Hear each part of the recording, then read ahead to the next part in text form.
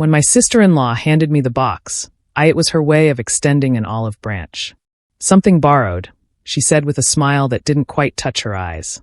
"Every bride needs one." I wanted to believe her. I wanted to believe that, for once, this fractured family was trying to make me feel like I belonged. But looking back now, I realized that was the first move in a game I didn't even know I was playing. My name is Emily Carter, and in just 2 weeks, I was supposed to marry Daniel, the man I believed was the love of my life. We'd been together for 3 years, and through all the late nights, arguments, and compromises, I thought we were building something real. Something permanent. Daniel's family, though, was another story. His mother, Marianne, treated me with polite distance, as though she were entertaining a guest in her home rather than welcoming a future daughter-in-law. His sister, Chloe, Chloe was complicated. Some days she seemed warm, calling me sis, and giving me advice about marriage. Other days, her tone carried a sharpness, like she was cutting me down with invisible scissors. Still, when she handed me that white box wrapped in soft blue ribbon, I felt something flutter in my chest. Maybe this was the start of peace. I carried it upstairs to my room that night, careful not to tear the ribbon as I untied it. Inside, folded neatly, was the most beautiful ivory gown I'd ever seen. Satin with delicate lace sleeves, a flowing skirt that shimmered under the lamp. It looked vintage but timeless, like something out of an old photograph. I ran my fingers over the fabric and felt my throat tighten. I hadn't told anyone, but the boutique dress I'd chosen was giving me second thoughts. Too modern, too cold. But this dress felt alive, as though it carried stories in its seams. I tried it on in front of the mirror, the satin cool against my skin, the lace snug around my wrists. When I turned, the skirt swayed in perfect circles. For the first time since the engagement, I felt like a bride. I pulled out my phone to send Chloe a thank you text, but something stopped me. The inside tag was worn, the lettering faded, but faint embroidery spelled out 2 initials. CC Chloe Cooper. I froze, staring at my reflection. Why would my sister-in-law's initials be stitched into the lining of my wedding dress? I told myself it was nothing. Maybe she'd sewn it herself. Maybe it was just a hand-me-down, a family heirloom. But deep down, a knot began to form in my stomach. Because when I looked at myself in that dress, it didn't feel like mine. It felt borrowed in a way that was heavier than lace and satin. And then I remembered something Chloe once said at a family dinner, her voice low but clear enough for me to hear. Some brides wear a dress once, and it changes everything. I didn't know it then, but that dress was more than a gift. It was a warning. The next morning, I carried the dress downstairs to show Daniel. He was sitting at the kitchen table with a cup of coffee, scrolling through emails on his phone. His tie was loose around his neck, his hair still damp from the shower. He barely looked up when I came in. "Babe, look." I held the dress against me, letting the skirt spill across the floor. Chloe gave it to me. "Isn't it beautiful?" Daniel glanced up briefly, and for a moment, I thought I saw something flicker across his face. Not admiration. Not surprise. Something darker, recognition. Then it was gone. He set his phone down and smiled, though the curve of his lips looked forced. "Yeah, it's nice. Classic. Classic." I laughed lightly, waiting for him to gush, to tell me how radiant I looked, but he didn't. He just sipped his coffee and said, "If you like it, that's all that matters." I frowned. Normally, Daniel had an opinion about everything. But now he seemed eager to move on. Almost too eager. Later that day, I called my best friend, Lila, and invited her over. She'd been my sounding board through every wedding decision. Flowers, colors, invitations. If anyone could tell me the truth about the dress, it was her. When she arrived, I slipped it on again and twirled in front of her. Her reaction was instant. "Emily, oh my God. That's stunning. It looks like it was made for you." Relief washed over me, but before I could say anything, Lila stepped closer, tugging at the sleeve to examine the lace. "Where did you get this?" "It looks vintage." "Chloe gave it to me," I said. "She said it was my something borrowed." Lila's expression shifted. Her smile faltered just slightly. "Chloe? As in Daniel's sister Chloe?" "Yes." "Why?" Lila hesitated, biting her lip. "I could be wrong, but I swear I've seen this dress before." I laughed nervously. "Maybe in a bridal magazine?" She shook her head. "No, not a magazine. A photo." The word stuck in the air between us like a splinter. "What photo?" I asked. Lila looked uneasy, like she wasn't sure she should say it. "Do you remember last year, when Chloe threw that weird anniversary party for your in-laws. She had those photo albums on the coffee table. Old family pictures. I could have sworn I saw her in this dress. The room seemed to tilt. My ears rang, though the house was quiet. That doesn't make sense, I said quickly. Chloe's not married. She's never even been engaged. Lila gave me a long look, the kind that said she didn't believe my words any more than I did. I laughed again, too high-pitched, too forced. Maybe it was just similar. Lots of dresses look alike. But even as I said it, my chest tightened. Because when I thought back to Chloe's smile as she handed me the box, I realized something chilling. It hadn't been the smile of generosity. It had been the smile of someone watching a secret unfold. And suddenly, I knew I had to find that photo album. That night, while Daniel worked late at the office, I drove over to his parents' house under the excuse of dropping off a few bridal shower thank you cards. Marianne welcomed me at the door, her smile polite but cool as always. You didn't have to come all the way here, Emily. You could have mailed them. I know, I said quickly, holding up the stack of envelopes. But I was nearby. Thought I'd stop in. Her eyes lingered on me a moment longer than necessary, as though she could see through my excuse, but she stepped aside anyway. The living room was exactly as I remembered, tidy, suffocatingly perfect, with porcelain figurines lined up across the mantel. On the coffee table sat a neat stack of family albums, their leather covers worn from years of use. My pulse quickened.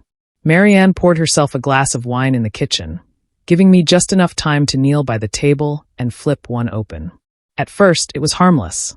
Childhood photos of Daniel and Chloe in matching Christmas sweaters, summer vacations at the lake, awkward teenage school pictures. Then I turned a page and froze. There, in glossy 4x6 print, was Chloe, dressed in ivory satin with lace sleeves. The same dress I was wearing 2 nights ago. Her hair was styled in soft curls, a veil pinned neatly at the back. She stood under an arch of flowers, holding a bouquet of white roses. It wasn't just similar. It was identical. My stomach twisted as I flipped to the next photo. Chloe wasn't alone anymore. She was standing beside a man in a gray suit, his arm looped around her waist, both of them smiling at the camera. And that man was Daniel. I gasped so loudly that I nearly dropped the album. My hands trembled as I stared at the page, my mind refusing to process what my eyes were seeing. It couldn't be. This had to be a joke, a costume party, a staged family prank. But the expressions on their faces told another story. They weren't pretending. They looked in love. Emily. I jumped, slamming the album shut.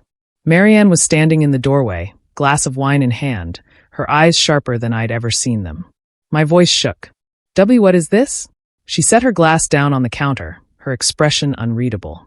You weren't supposed to see that. The room spun around me. My chest tightened as I stumbled back, gripping the edge of the coffee table for balance. I don't understand, I whispered. Why is Daniel in these pictures? Why is he wearing a wedding ring? Marian didn't answer right away.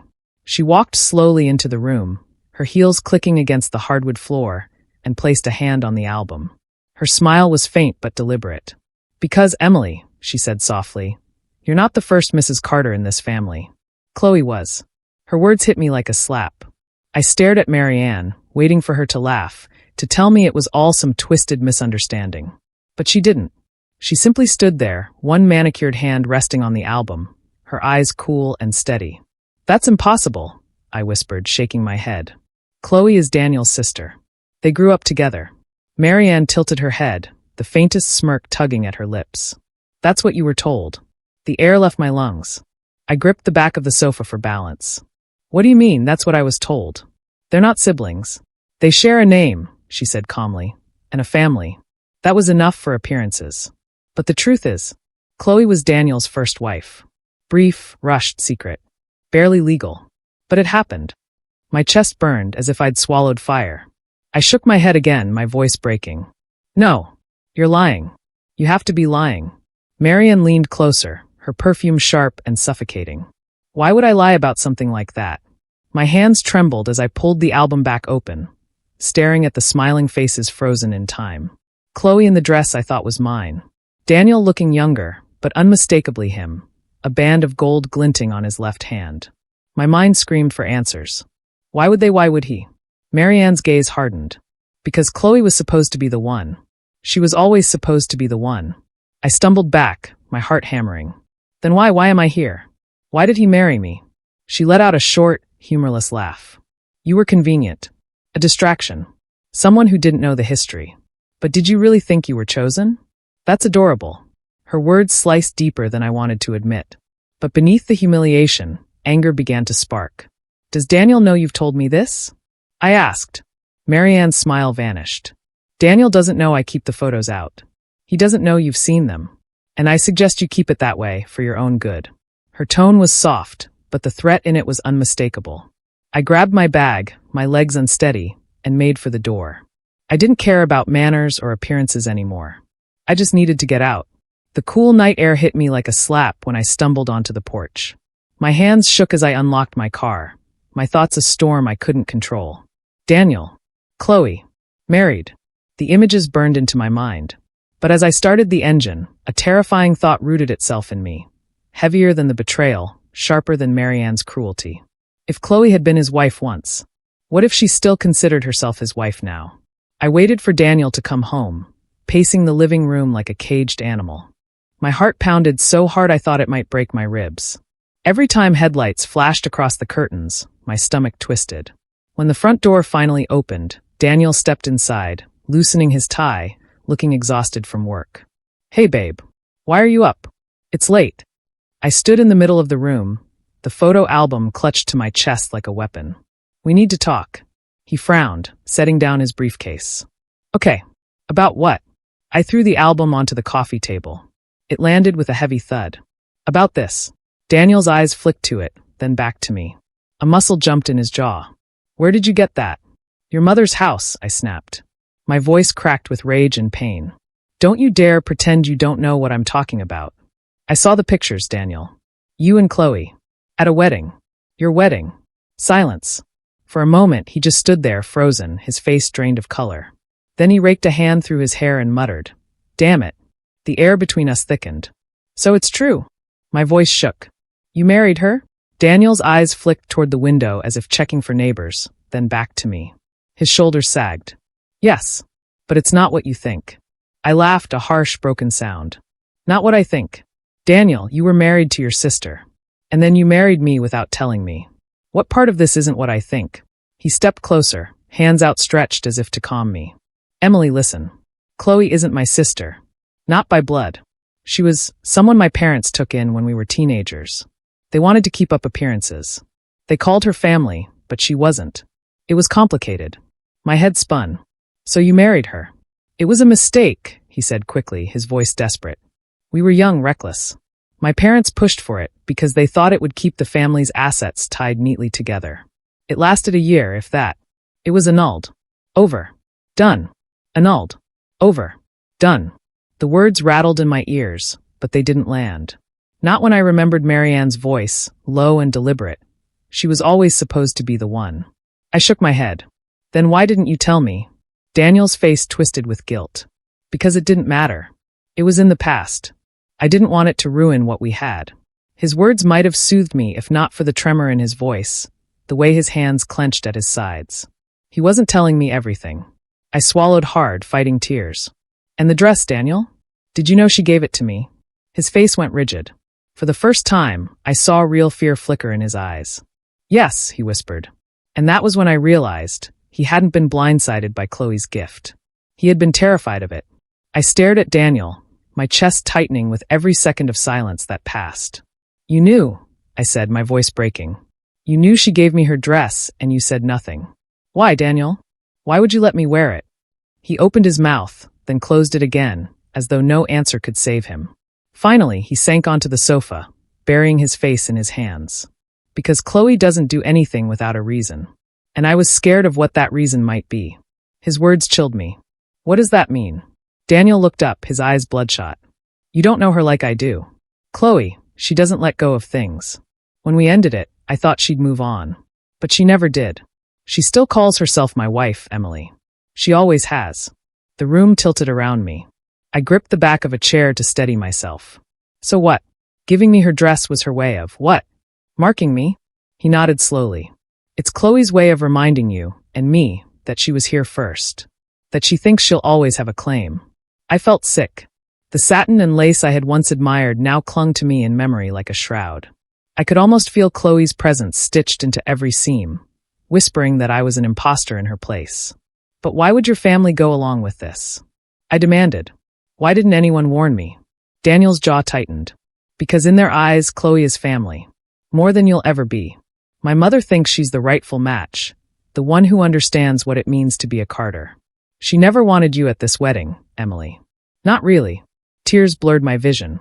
I wanted to scream, to run, to tear the cursed dress from my body and burn it to ashes. But a darker thought clawed its way through the panic. What if this isn't just about the past?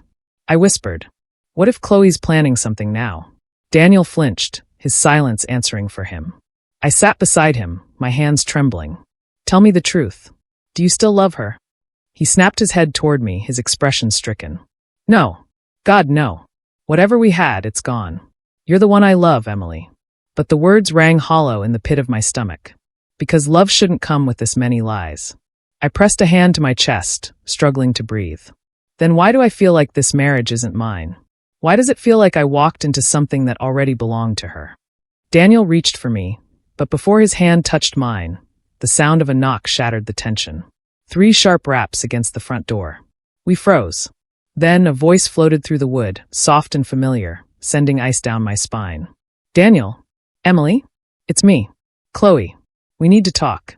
The sound of her voice hollowed out my chest. I turned to Daniel, wide-eyed, waiting for him to explain, to act, to do something. But he just sat there, pale and rigid, as though Chloe's presence at our door had paralyzed him. The knock came again, this time slower, more deliberate. Rap, rap, rap. Daniel, she called. Don't keep me waiting. Every instinct screamed at me to stay silent, to let her knock until her knuckles bled. But Daniel stood, his movements stiff, and walked toward the door. Don't, I whispered, clutching his arm. Don't open it. His eyes flicked to mine, torn. If I don't, she'll just come back. She always comes back. And with that, he pulled the door open. Chloe stepped inside as if she owned the place. She wasn't the sweet, smiling sister-in-law I thought I knew. She carried herself like a queen returning to her throne. Her dark hair framed her face perfectly, her lips painted crimson. And in her hands, she held something that made my stomach churn. The wedding dress. My wedding dress. Emily, she said smoothly, her eyes glinting. You look beautiful in it. Almost as beautiful as I did. I couldn't speak. The sight of her standing there with that dress felt like watching a ghost carry my coffin. Daniel's voice was hoarse. Chloe, you shouldn't be here. She ignored him, turning her full attention on me. Do you know why I gave it to you, Emily? I swallowed hard. To humiliate me? She tilted her head, smiling faintly. No. To remind you. That dress is more than fabric. It's a symbol. Daniel and I were bound once, and symbols don't die easily. You can wear it, but it will never belong to you. Just like him. Enough, Daniel snapped, his voice sharp. It's over, Chloe. We were annulled. We moved on. Her smile didn't falter. You moved on. I didn't. You were my husband, Daniel. And in this family, marriage isn't a thing you erase with paperwork. You know that. My knees nearly buckled. Marianne's words echoed in my head. She was always supposed to be the one. I stepped forward, forcing strength into my voice. I don't care what you think you had. He's my husband now. Chloe's eyes flickered, and for the first time, her composure cracked. For now, she murmured. But marriages in this family don't end with vows. They end with survival. And Emily, are you sure you'll survive it? She laid the dress gently across the arm of the sofa, as if presenting evidence in a trial, then turned and walked out, her heels clicking against the floor like a gavel's strike. The door clicked shut behind her, leaving a silence so heavy I thought it might crush me. I stared at the dress, at Daniel, at the life I thought I had. And for the first time, I wondered if I had ever been a bride at all, or just a placeholder in someone else's marriage. If you enjoyed this story, make sure to like, subscribe, and hit the notification bell. Thank you.